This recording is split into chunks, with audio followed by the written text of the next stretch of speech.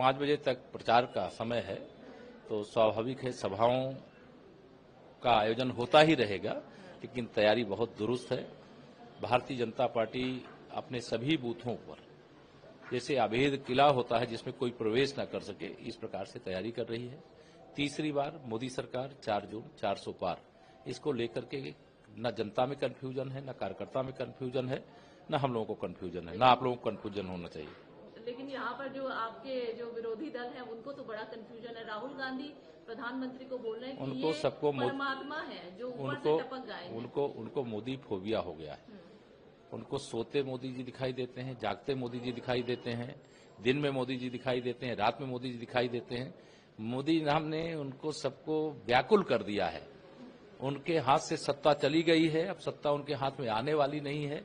इस परेशानी से दोनों शहजादे परेशान हैं। और जहां तक मेरी जानकारी है, सपा कांग्रेस का गठबंधन 0 पर आउट हो रहा है। लेकिन अखिलेश जी तो कह रहे हैं अगर संविधान बचाना है, अगर देश को बचाना है, तो अब आप लोग सिर्फ रोटी कपड़ा मकान की बात नहीं है, महाझूठा श्री अखिलेश यादव जी को मैं कहना चाहता हूं, मेरे प्रधानमंत्री श्री नरेंद्र मोदी जी संविधान के पुजारी हैं, लोकतंत्र के ऐसे वह रक्षक हैं, और लोकतंत्र के मंदिर यानी भारत के संसद भवन में जो जैसे भगवान के मंदिर में शीश झुका देता है, वैसे माननीय नरेंद्र मोदी जी वहां शीश झुकाते हैं। बाबा साहब भीमराव अंबेडकर के संविधान के अनुसार उनके हर अधूरे स्वप्न को साकार करने का काम कर रहे हैं।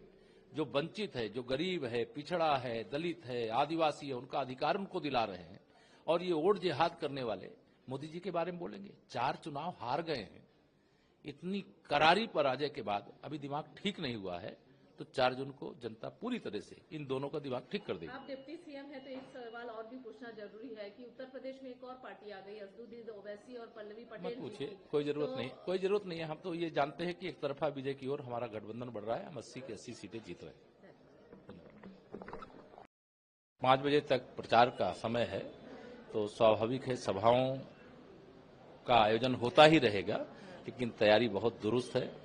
भारतीय जनता पार्टी अपने सभी बूथों पर जैसे अभेद किला होता है जिसमें कोई प्रवेश न कर सके, इस प्रकार से तैयारी कर रही है।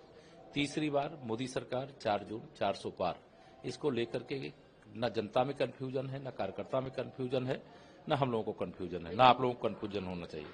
लेकिन यहाँ पर जो आपके जो विरोधी दल है उनको तो बड़ा कंफ्यूजन है। राहुल गांधी प्रधानमंत्री को बोल रहे हैं कि ये परमात्मा है जो ऊपर से टपक गए हैं।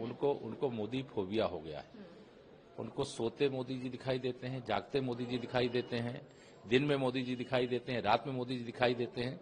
मोदी नाम ने उनको सबको व्याकुल कर दिया है। उनके हाथ से सत्ता चली गई है, अब सत्ता उनके हाथ में आने वाली नहीं है। इस परेशानी से दोनों शहजादे परेशान हैं। और जहां तक मेरी जानकारी है, सपा कांग्रेस का गठबंधन 0 पर आउट हो रहा है। लेकिन अखिलेश जी तो कह रहे हैं अगर संविधान बचाना है, अगर देश को बचाना है, तो अब आप लोग सिर्फ रोटी कपड़ा मकान की बात नहीं है, महाझूठा श्री अखिलेश यादव जी को मैं कहना चाहता हूं, मेरे प्रधानमंत्री श्री नरेंद्र मोदी जी संविधान के पुजारी हैं, लोकतंत्र के ऐसे वह रक्षक हैं, और लोकतंत्र के मंदिर यानी भारत के संसद भवन में जो जैसे भगवान के मंदिर में शीश झुका देता है, वैसे माननीय नरेंद्र मोदी जी वहां शीश झुकाते हैं। बाबा साहब भीमराव अंबेडकर के संविधान के अनुसार उनके हर अधूरे स्वप्न को साकार करने का काम कर रहे हैं। जो वंचित है, जो गरीब है, पिछड़ा है, दलित है, आदिवासी है, उनका अधिकार उनको दिला रहे हैं। और ये वोट जिहाद करने वाले मोदी जी के बारे में बोलेंगे। 4 चुनाव हार गए हैं। इतनी करारी पराजय के बाद अभी दिमाग ठीक नहीं हुआ है, तो 4 जून को जनता पूरी तरह से इन दोनों का दिमाग ठीक कर देगी। आप डिप्टी सीएम है, तो एक सवाल और भी पूछना जरूरी है कि उत्तर प्रदेश में एक और पार्टी आ गई, असदुद्दीन ओवैसी और पल्लवी पटेल। मत पूछिए, कोई जरूरत नहीं है। हम तो ये जानते हैं कि एक तरफा विजय की ओर हमारा गठबंधन बढ़ रहा है। हम 80 की 80 सीटें जीत रहे हैं।